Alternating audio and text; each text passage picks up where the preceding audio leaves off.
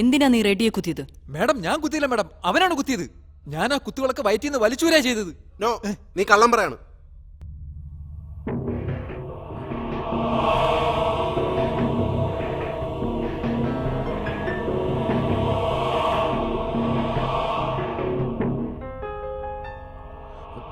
മണ്ഡപത്തിലെ 3 visuals ആയത് നീയല്ലേ കുത്തിയത്, പിന്നെന്തിനാ നുണ പറയുന്നത്? മാഡം ഇവനെ ഞാൻ കൂട്ടാരെ.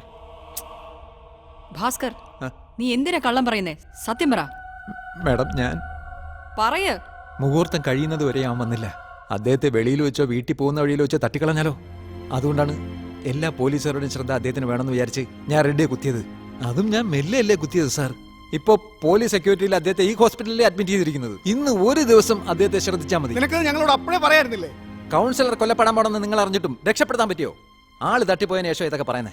റെഡ്ഡി എങ്ങനെയെങ്കിലും രക്ഷിക്കണം, അതുകൊണ്ടാണ് ഇങ്ങനെയൊക്കെ ചെയ്തേ.